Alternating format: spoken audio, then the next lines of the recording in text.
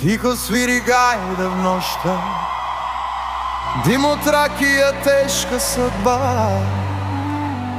Старите снимки гледат от стената, питат те, къде ти е душата? Не забравяй как кръв са ляли, за чест и свобода са ставали. Дядо ти с рана, но с горът поглед, а ти се продаде за мек живот, брат. Сипаш пак и викаш на здраве, но вътре в тебе нещо умира бавно. Ругаеш брат си с мръсни думи, а сам не виждаш своите безумия.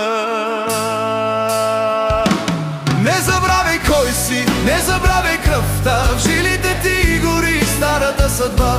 България не само дума, тя е болка, чест и буря в шума.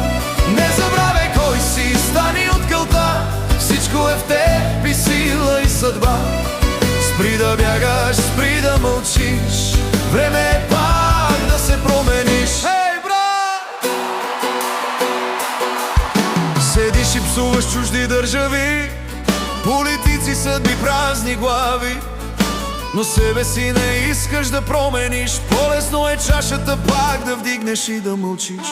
Съседа, приятеля, все ти са криви, светът ти е длъжен, ти си уж правя, но огледалото казва друго, че страх те държи, а не нужда.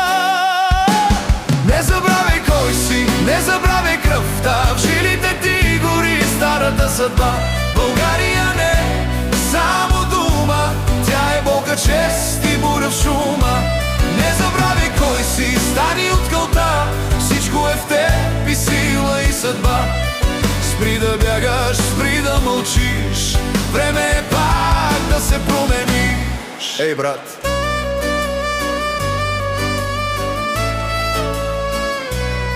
Не в чашата е силата ти, нито в псувните по света. Силата е да се изправиш, да не предадеш кръвта си.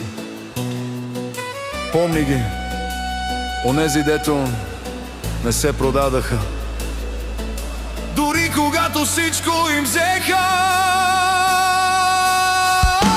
Не забравяй кой си, не забравяй кръвта, в жилите ти гори старата съдба. България не е само дума, тя е болка, чест и буря в шума.